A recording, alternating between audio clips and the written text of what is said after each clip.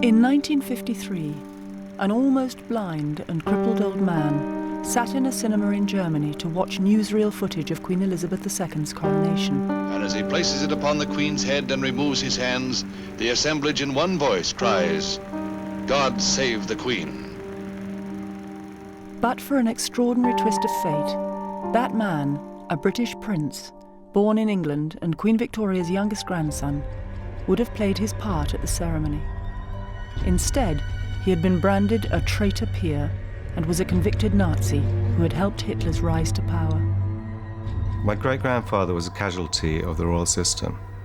If someone had been able to stand up to Queen Victoria, his life would have been very different. Prince Charles Edward was a close blood relation to the newly crowned Queen and first cousin to her grandfather, George V.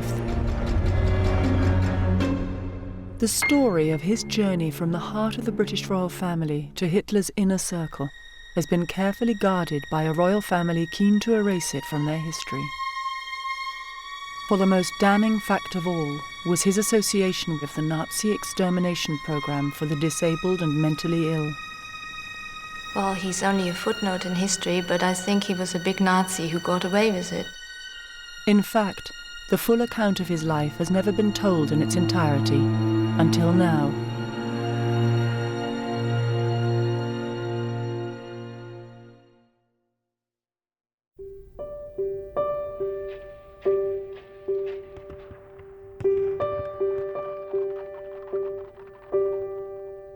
How did a British prince end up as one of Hitler's staunchest allies? The story begins in Victorian England.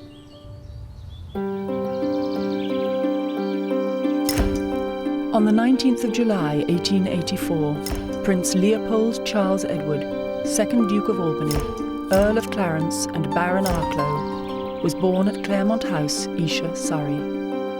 He was part of the most powerful royal family in the world. His first cousins were King George V, Kaiser Wilhelm, and Tsar Nicholas II, men who would shape 20th century Europe. Charles Edward was born at a time when monarchy was the unchallenged form of government from Lisbon to Vladivostok. What was always seen to be the great golden era of European monarchy. But Charles Edward's birth was marred by tragedy. Just 3 months earlier, his haemophiliac father, Prince Leopold, died after falling down some stairs. The fact of his father dying while he was still in the womb made a tremendous difference. This child is doubly precious because its father has died. There won't be any more. So you would expect little clouds of tension round him. He's said to have been a nervous baby. The death of Charles Edward's father, Leopold, was a terrible blow to Queen Victoria. He was her favourite, the one most like her beloved Prince Albert, the grandfather Charles Edward would never know. After Leopold's death, the great matriarch transferred her care and affection to his family, Charles Edward, his elder sister Alice, and their mother, the Duchess of Albany. Queen Victoria, his grandmother, was a great supporter of the Duchess of Albany and very, very fond of her. And she kept a very watchful eye, I think, constantly on the Albany family and was very supportive of the Duchess in bringing up basically 2 children on her own.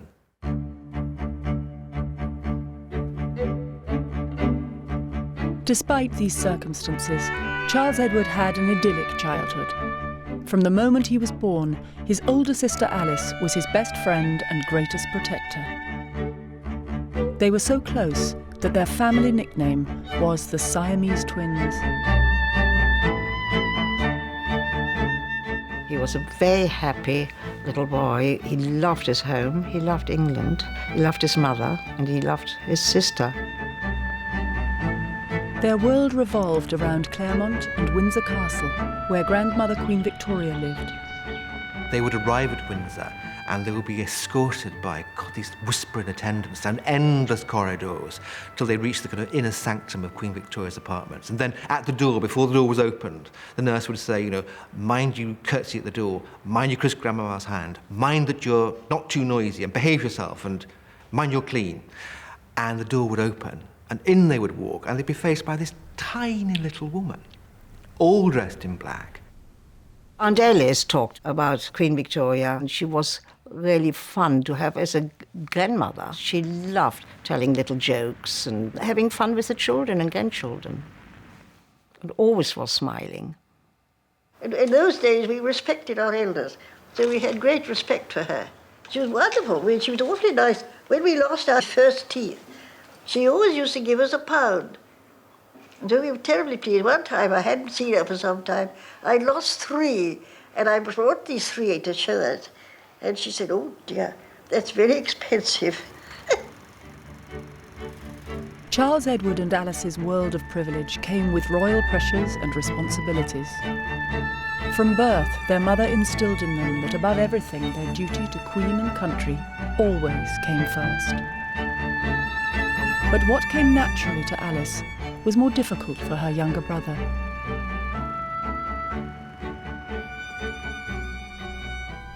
I think Charlie felt sometimes rather intimidated by his mother, that her demands and her expectations were too high, and his sister certainly felt that it had led Charles to hide things from his mother.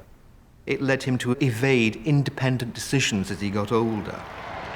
In 1897, aged 13, Charles Edward took part in his first major royal event.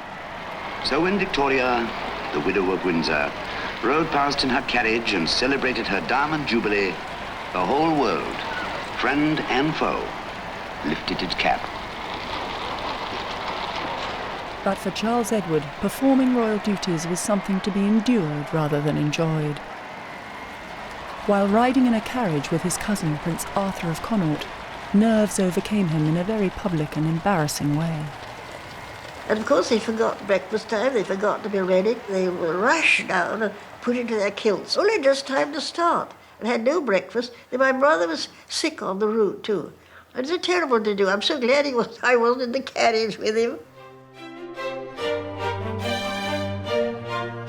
As a minor British prince, Charles Edward was destined for a largely uneventful life in a royal world that seemed assured and unchanging. Everything is like a sort of great European house party. It's all sort of, the yacht at Cowes and sea bathing at Corfu, and life as a sort of late Victorian idyll. The sun always shines, there's always honey for tea. Everything is in its place, everything is secure, everything is stable. Grandmama Queen at Windsor has been reigning for as long as anybody can remember, and it's all fantastic, and it'll all go on forever. But for Charles Edward, the idyll would end abruptly. A decision made by his grandmother, Queen Victoria, would put him in the wrong place at the wrong time, sending his life in a direction that she could never have foreseen.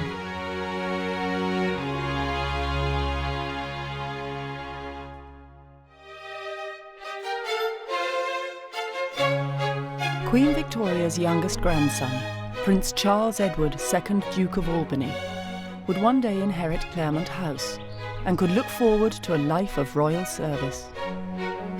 But now he was a carefree 14-year-old Eton schoolboy. His mother's most pressing concern was that he understood his royal duties and responsibilities and lived up to the memory of his father. In a letter, she wrote, "Charlie, please remember what I tell you. Don't forget work and duty over your pleasures. Don't be lazy and indolent. If my words read hard, understand that they come out of a very full heart, full of love and anxiety, to help you become a good man, so that you bring no shame on Papa's name." But shame was to be his legacy. The reason lay hundreds of miles from Eton, in a chocolate-box German town called Coburg. It was not part of Queen Victoria's worldwide empire, but it held a very special place in her heart, and in 1899, events there became of huge concern. Coburg was always seen to be significant to Queen Victoria because it was where her husband, Prince Albert, came from.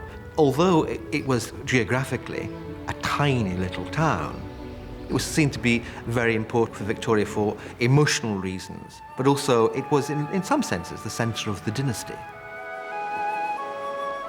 It was also the centre of her world. For Queen Victoria, Coburg was more than just a town in Germany. It was part of her surname, Saxe-Coburg-Gotha, and absolutely central to her identity. Coburg was known as the stud farm of Europe, and with good reason. Nearly all the crowned heads, including Queen Victoria herself, were either descended from or married to Coburg princes and princesses.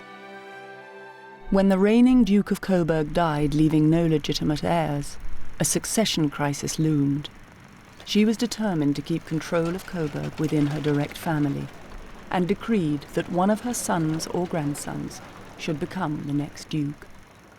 The next in line was Arthur, Duke of Connaught, who was very much known as an English soldier and very much a favourite son of Queen Victoria. But the Duke of Connaught definitely didn't want to go to Coburg. He wanted to stay in Britain. There was a little bit of toing and froing with the Duke of Connaught and his son, also Prince Arthur of Connaught. But Prince Arthur was no more keen than his father. The next in line was the unfortunate Charles Edward. So the story goes that Prince Arthur of Connaught sought out his cousin Charles Edward because they were both at Eton together and said to him, if you don't put yourself forward as a candidate for the Coburg inheritance, I'm going to give you a thrashing. The New York Times gleefully reported, his head was not punched. Cousin threatened to whip him. Queen Victoria was adamant Charles Edward should go. His mother was adamant that he should stay. The Duchess did try to stop Queen Victoria. She explained that he has a duty to look after his estate. And the Queen said, no, your duty is to the Queen. He has to go. Queen Victoria believed it was her absolute right to make life-changing decisions on behalf of her children and grandchildren. Charles Edward was left with no choice.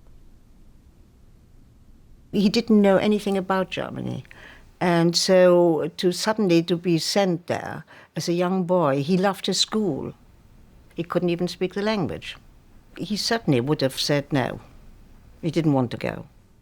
Queen Victoria forced Charles Edward to take the title, and with it came great wealth and huge responsibility. 13 castles in Germany and Austria, hunting lodges, hotels, a power station, plus tens of thousands of hectares of farmland and forest in Bavaria. The annual income of the duchy was worth the equivalent of £17 million today. All this now belonged to her 14-year-old grandson, and he didn't want any of it. Well, I went on a trip to Germany when I was about between 16 and 18. I just saw this enormous building right on top of the hill. I thought at the time what my great-grandfather must have thought as a young boy being taken away from England and placed in this position. And it must have been both awe-inspiring and absolutely terrifying for him. The Germany that was Charles Edward's new home was bombastic and militaristic, a far cry from his life in England. He was now under the watchful eye of his cousin, Kaiser Wilhelm, who enrolled him at the Lichterfeld Military Cadet School, the German equivalent of Sandhurst. It was the training ground for Prussian officers, and it was a very, very hard regimen, very different than Eton. The cadets would rise very early, 5 o'clock in the morning. They would take cold showers. They would be marching around the parade ground, very strict discipline. They were trained to become leaders, but hard military officers. And for this sensitive English young man to be thrown into this situation, I can imagine it was very, very traumatic. In 1900, age 16, Charles Edward, Duke of Albany, became Karl Eduard, Duke of Saxe-Coburg and Gotha. His transformation from English schoolboy to German aristocrat was complete. Just 6 months later, his grandmother, Queen Victoria, died. His first official engagement as Duke of Coburg was to attend the funeral of the very person who ordered him there. To be the head of the Saxe-Coburg-Gotha family was a very important, significant position. He was near or at the top of European royalty, and certainly one could expect that he would marry into the best families. But even in this, he was not allowed to choose his own bride. It was the Kaiser who picked out the perfect German princess for him, his niece, Victoria Adelheid. After a ball, he was told he had to go in the room where the young lady was, and he had to ask if she would marry him. And that was the girl. And it was a great success. Coburg has always loved her because they said she's one of us. This guy might be English, but at least his wife is a reliable German. The arranged marriage was a happy one, but his most treasured relationship remained with his Siamese twin and beloved sister, Alice. She was now also married. Her husband, Prince Alexander of Teck, was Queen Mary's brother, and Alice was now at the heart of the royal family. Hundreds of miles away, her brother was dutifully doing as he was told and turning himself into the perfect German duke. He put the finances of the duchy in order, he put the finances of the dynasty in order. He was very interested in things like the theatre, and he's very interested in the architecture and the history of lots of the residences which he inherited. And he put those into good order as well. And I think he was seen by the people of the duchies as a very competent and hard-working chap. Charles Edward made the best of his new German life, and by 1912 had 4 children: Ernst, Sibylla, Hubertus and Caroline. But his dual nationality and tumultuous political events were about to place him in an impossible position. Basically, Britain and Germany were economic and political rivals. That fueled the conflict, not the interpersonal or family relations between the Kaiser and the Tsar, or between King George V and the Kaiser. That Europe really had died 20-odd years ago. Once again, Charles Edward's destiny was to be determined by a more powerful relation. The Kaiser's lust for power would directly destroy his English-born cousin's family bonds and ties in Britain. In June 1914, Charles Edward had returned to Windsor Castle to see his mother and sister Alice, when news came through of the assassination of Archduke Franz Ferdinand in Sarajevo. That event would trigger the First World War and put Charles Edward in an agonizing position. It is 1914. War has been declared. All over the world, men pledge themselves to fight to their dying breath. And now they march to the field of glory. When war broke out, there was certainly a great deal of hostility to the English-born Duke.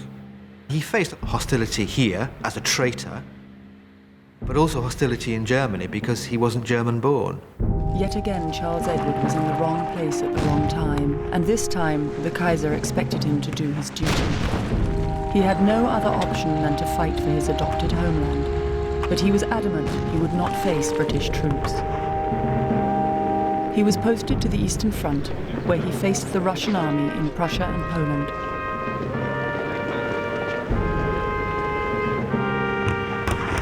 Because of his royal status, Charles Edward was made Colonel-in-Chief of the 95th Infantry and a general in the Saxon cavalry.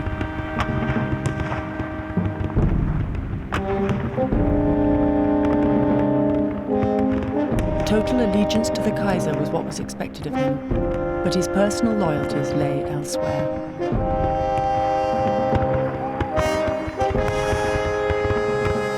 Obviously, Charles Edward and his sister Alice worked on different sides during the war. But I don't think in the end it affected them as brother and sister. I think that the family connection for both of them was strong enough and was seen as strong enough that there was, in a sense, family loyalty and there was national loyalty. In Britain, anti-German feeling reached fever pitch and the royal family became its focus.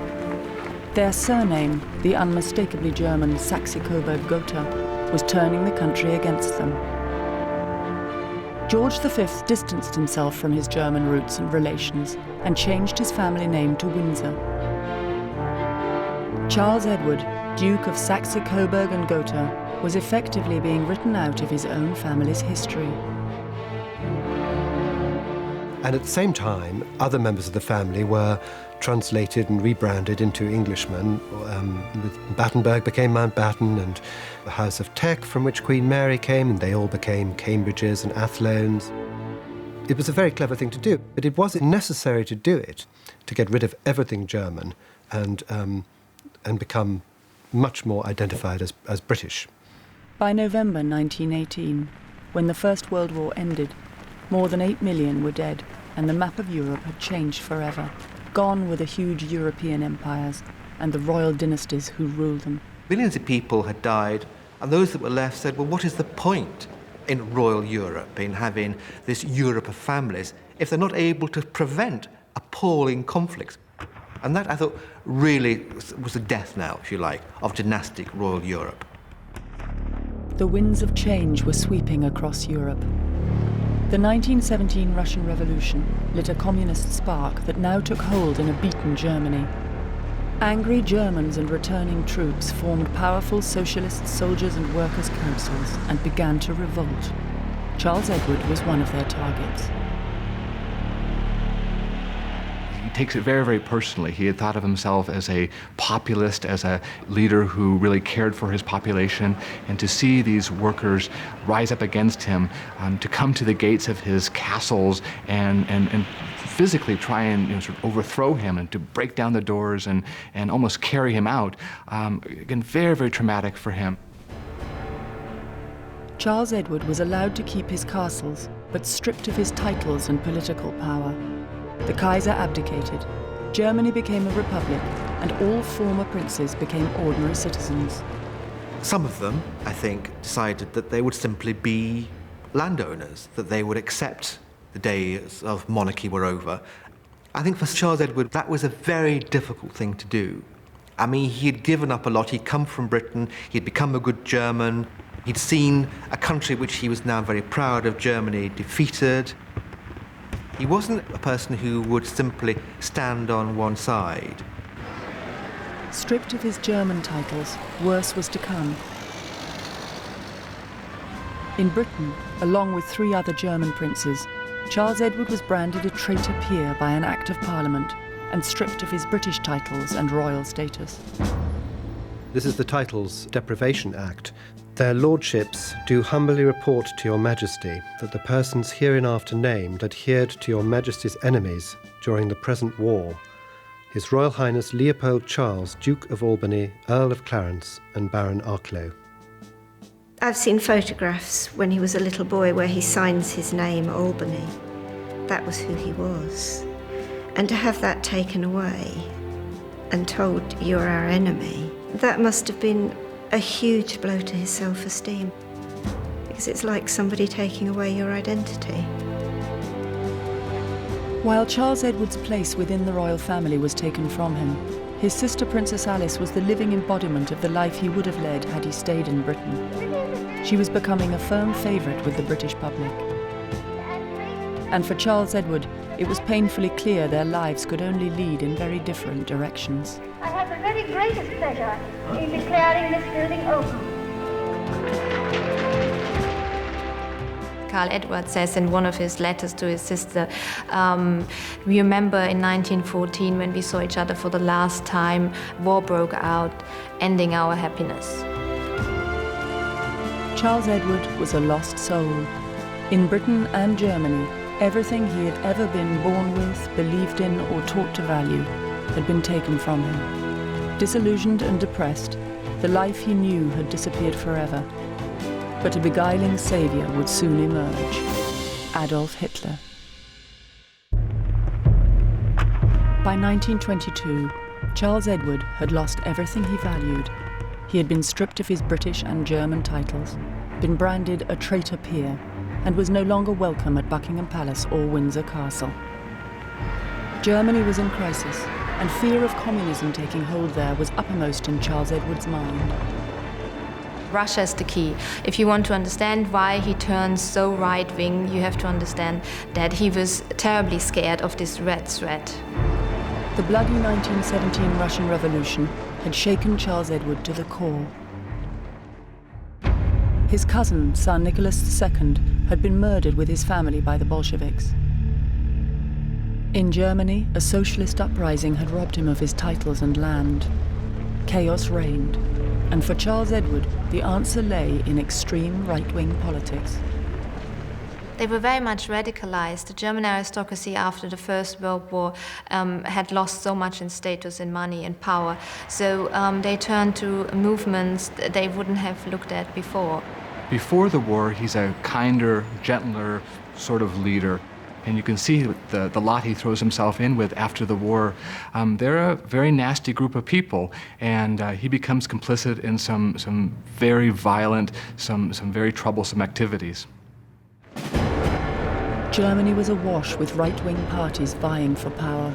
One of the smallest but fastest growing was led by the charismatic former army corporal Adolf Hitler. These right-wing organizations often resorted to murder, political murders, and between 1918 and 1922 killed over 370 politicians. These were the people with whom Charles Edward was associating.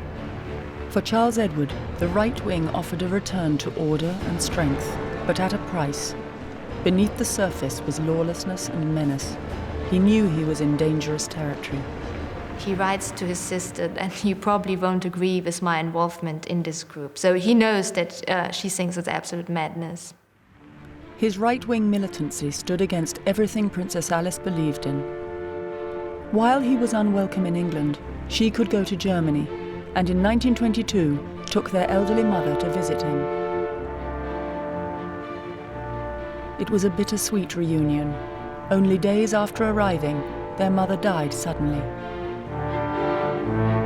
He was in a very emotional state of mind as he returned to Coburg. We can speculate psychologically, perhaps he felt somewhat liberated that his mother, that this English princess was now gone, and that he was now truly his own man. But not for long. 3 weeks after his mother's death, Hitler came to Coburg for the first time. Until 1922, German National Day had been a peaceful event where rival left and right-wing political parties held their rallies. This year, Hitler hijacked it. He stormed into town with 800 brown shirts, outmuscled his left-wing opponents, and claimed the day as his own.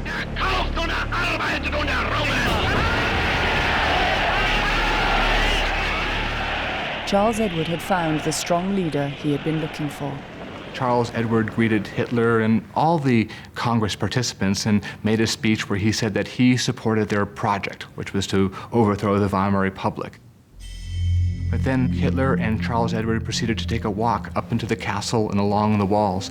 And all of the participants were watching the body language as Charles Edward was showing him the beautiful landscape, and then they shook hands. It was clear that he was supporting Adolf Hitler. It was an extraordinary act, bold, even reckless. This made Charles Edward the first prince in all of Germany to support the National Socialists. Hitler, of course, promised, like every politician, everything to everyone. And what he promised to the aristocracy was that they would now get back their jobs in the military, they could have influence again on a political level, and especially the higher aristocracy could play a great part as a diplomat. Karl Eduard says in one of his letters to Alice, it's so wonderful that one is still needed these days. He felt really wanted for the first time after 1918. Somebody needed him. By giving Hitler his aristocratic seal of approval, Charles Edward elevated him above the other right-wing leaders and was instrumental in helping his rise to power. Coburg became synonymous with the history of the Nazi Party. Not only had Hitler established himself as the principal right-wing leader there, but it also became the first town in Germany to elect a Nazi mayor. But Charles Edward's wife, Victoria Adelheid, didn't share Coburg's or her husband's enthusiasm for the Nazis. She didn't join the party. She never wanted to be in the party. She was frightened of anything to do with the party, and so she was always worried about him. In early 1933, Hitler achieved his goal and was elected Chancellor of Germany. He created a new image for the country as a vibrant, modern nation driven by science and technology. Charles Edward was enthralled and had a brainwave. He would show the world the glamour and excitement of the new Germany. Charles Edward has this idea to invite all the British journalists, Danish journalists, all the international press corps to Coburg and wants to entertain them. The journalists, especially the ones from the Daily Mail, are overawed and say this is so terribly impressive. So it's a great success, a great PR campaign. Hitler realized Charles Edward could help deflect attention from Germany's increasing military strength and aggression. He appointed him president of the newly formed Anglo-German Fellowship to spread the word that Hitler saw Britain as an ally. Charles Edward jumped at the chance. For a man branded a traitor and spurned by the establishment, he could now return to Britain with his head held high, and he owed it all to Hitler. Charles Edward is the ideal door opener, the ideal icebreaker. To send him over to Britain seems to be the solution for Hitler. He will talk to the Prince of Wales. He will encourage pro-German feeling in Britain. And that's what he uses him for, of course. With the leader he had supported now in power, a role which took him back to the country he had pined for, and a growing family, his life was full of purpose. My grandfather was quite a shy man. He was quiet, but he was also funny, serious sometimes. But with us children, he was completely gentle. Meal times were really what he needed to have, the same thing what he had in England, which was always porridge and his tea and his toast. And once a week he had this horrible Irish stew, which I still don't like. And his afternoon tea was again his English tea. It had to be at 5 o'clock. Now overjoyed to be making regular trips to England, Charles Edward felt that in the Prince of Wales he had found a real ally. Both cousins shared an admiration of Hitler, and an optimistic Charles Edward reported back that the future King of England did not want Britain to go to war with Germany. Karl Edward thinks that he has this great influence on the Prince of Wales, and then meets the Prince of Wales and says, we have to settle this, we have to work out some plan, German-British relations have to improve. And he's really treating him like a small relative, because Karl Edward thinks of himself as the head of the house, and he forgets that the Prince of Wales is, of course, in the hierarchy much higher up than he is. In 1936, while Charles Edward was on an official visit to England, his first cousin, George V, died. And it was at the King's funeral that the widening political gulf between Charles Edward and his British family became glaringly obvious. All of them were in ceremonial uniform with great cocked hats and a great deal of braid and medals, and they all looked fantastic and wonderful. But at the back of the procession was Charles Edward with his metal hat on. And of course, by that time, the poor chap was also suffering from rheumatism and arthritis, so he was rather bent over as well, and he cut a very sorry spectacle at the event. And I think I was rather felt to let the side down. But of course, what else could he wear? Because after all, George V had removed his garter, had removed his dukedom. By that stage, he was a German, and his British uniforms had been taken away. He had no right to wear them. And so that's why he would have been dressed as he was. He had no alternative. With the new king on the throne, Charles Edward's optimism and sense of his own importance on the world stage grew.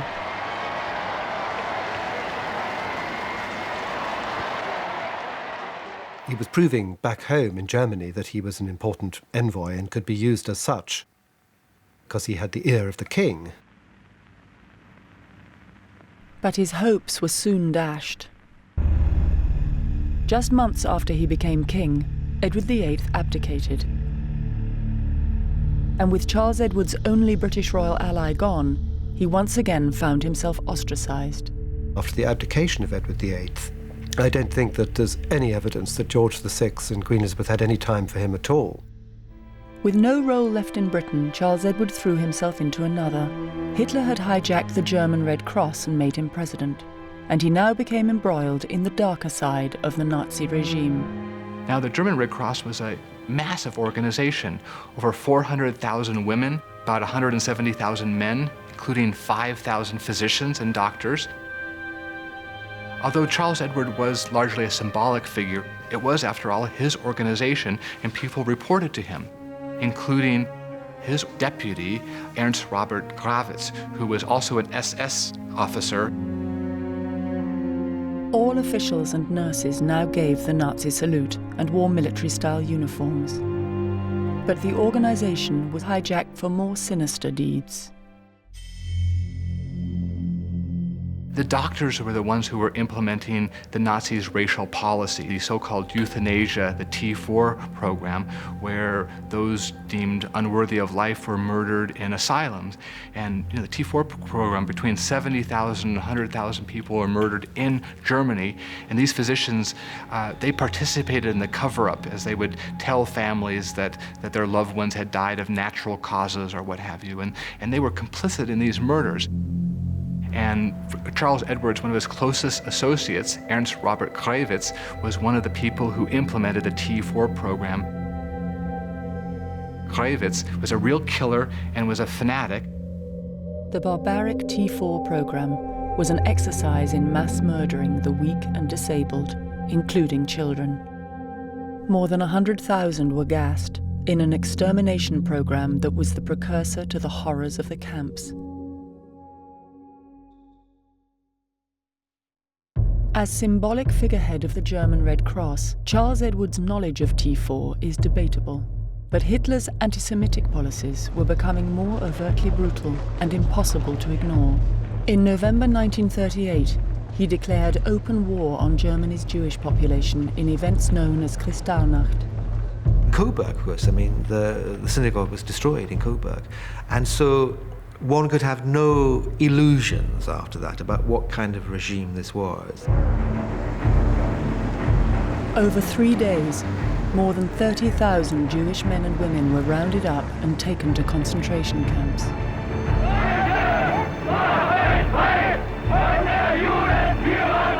Shops and businesses were vandalized while the population stood by. After Kristallnacht, no Jew in Germany was safe. It was reported all over the world, certainly all over Europe. People couldn't believe that a government could inflict such horror on its own citizens. Before Kristallnacht, there were 233 Jews in Coburg. By 1942, there were none, and the town was officially declared Jew-free. I'm sure he knew about it. It's a small town and it can't have escaped him. I think that, of course, Charles Edward was anti-Semitic, and this has something to do with his anti-Bolshevism again, because for him, Bolshevism and Jewishness is more or less the same. Hitler's real intentions could no longer be ignored. He was terrorizing Jews in Germany, had marched into Austria, and annexed the Sudetenland. At the end of August 1939, he invaded Poland.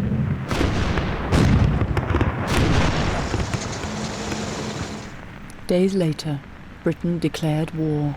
This country is at war with Germany.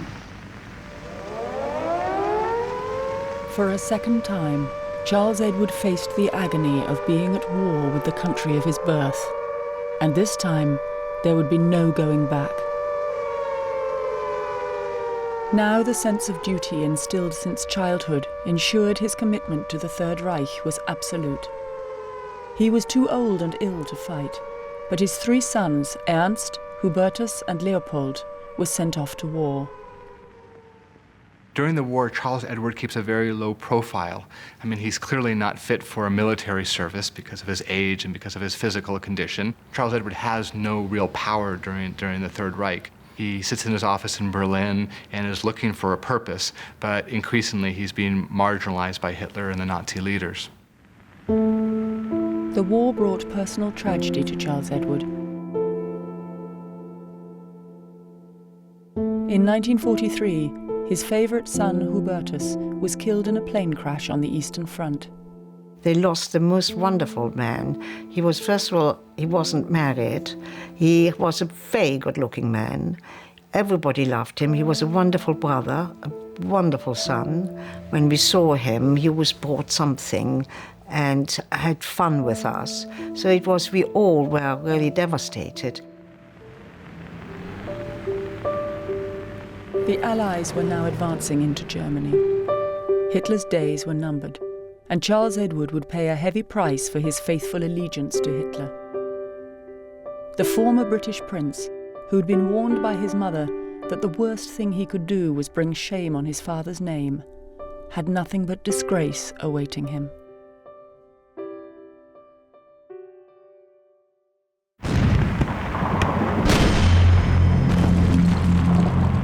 As the Second World War ended, Charles Edward was seeing out the dying days in his castle above Coburg, while Hitler had gone to ground in his bunker in Berlin. But just days before committing suicide, Hitler was still looking out for Charles Edward. Hitler sent a telegram from the bunker saying that Karl Edward shouldn't fall into enemy hands, and this shows a certain affection for the man. He must have valued him and thought of him highly. It is bizarre that Hitler, who, as we all know, didn't have very close relationships with anybody except his dog, was caring for Karl Edward.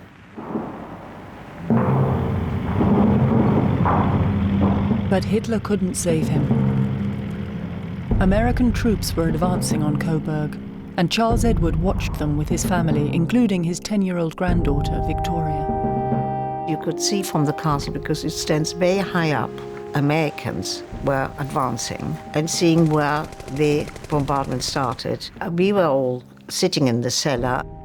One of the senior Americans came and said they would like to have a word with my grandfather, and they'll bring him back later on. What I think is so striking, though, is the fact that he felt the need to put on a uniform. He was still a prince, he was still a military man.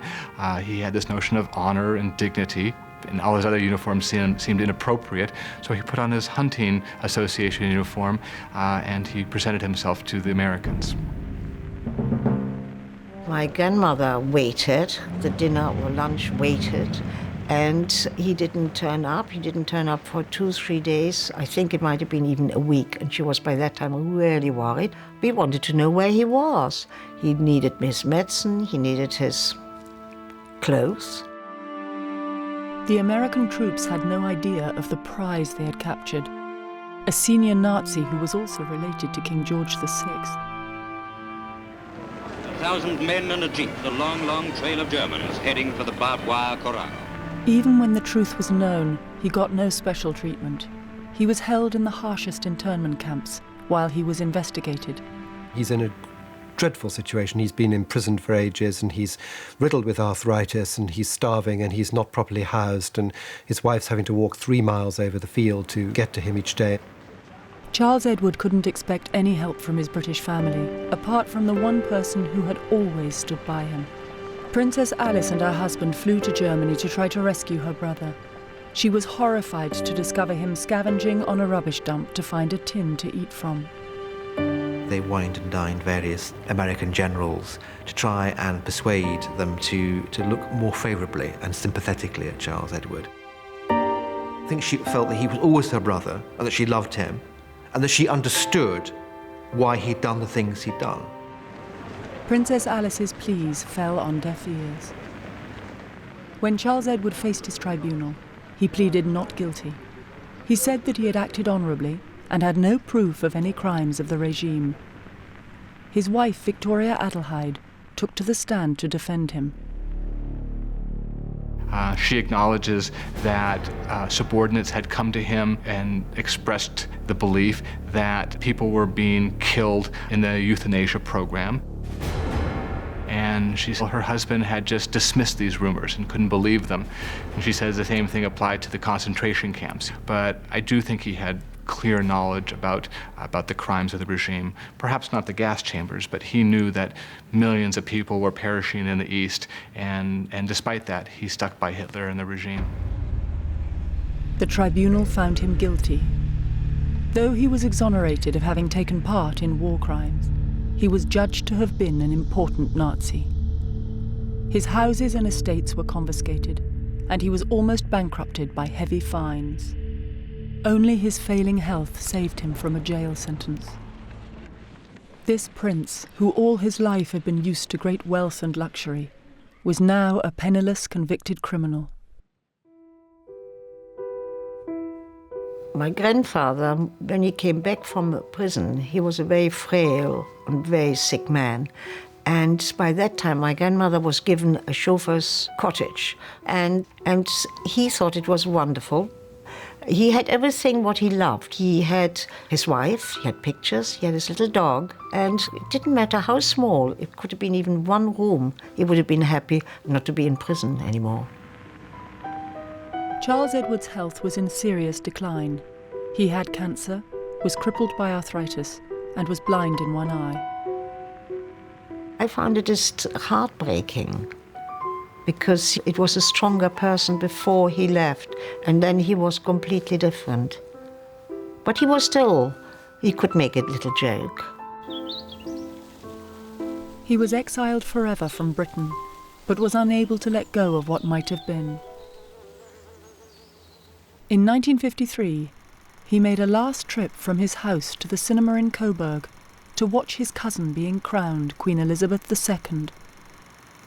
The assemblage in one voice cries, "God save the Queen." I think he would have cried, and seeing all his relation, and especially his sister there, and he would have thought, so sad that I can't be there with them, and it could have been me sitting there too. And it was, for him, I think, must have been the worst time in his life. The man ordered to leave his home as a 14-year-old boy clung on to the mementos of England he had brought with him. One in particular had special meaning. He always slept in a particular bed, which was his bed from Claremont. He said it was his little bit of England, as he could never come to England again. This is a one place of England I'm going to die. And he died in that bed. Charles Edward, former Duke of Coburg, died on the 6th of March, 1954. His sister, Princess Alice, became one of the best-loved members of the royal family.